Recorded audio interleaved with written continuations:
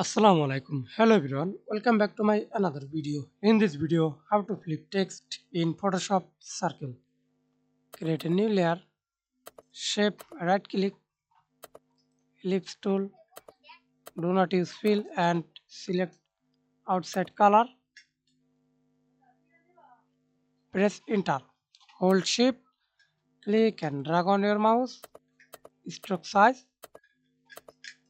Okay, then click the text layer, right click, horizontal type tool, text color.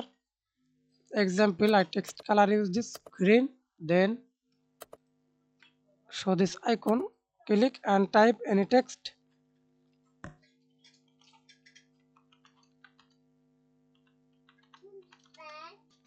Okay, then double click the text, click the paragraph, select the paragraph option and use full fill, then increase the size, up down arrow key, and okay, then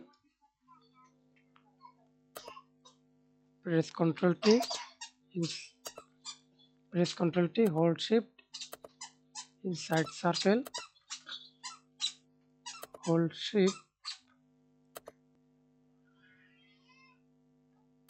right click, convert to smart object, again right click, rasterize layer, then press Ctrl T, right click, flip horizontal, flip vertical, okay, and rotate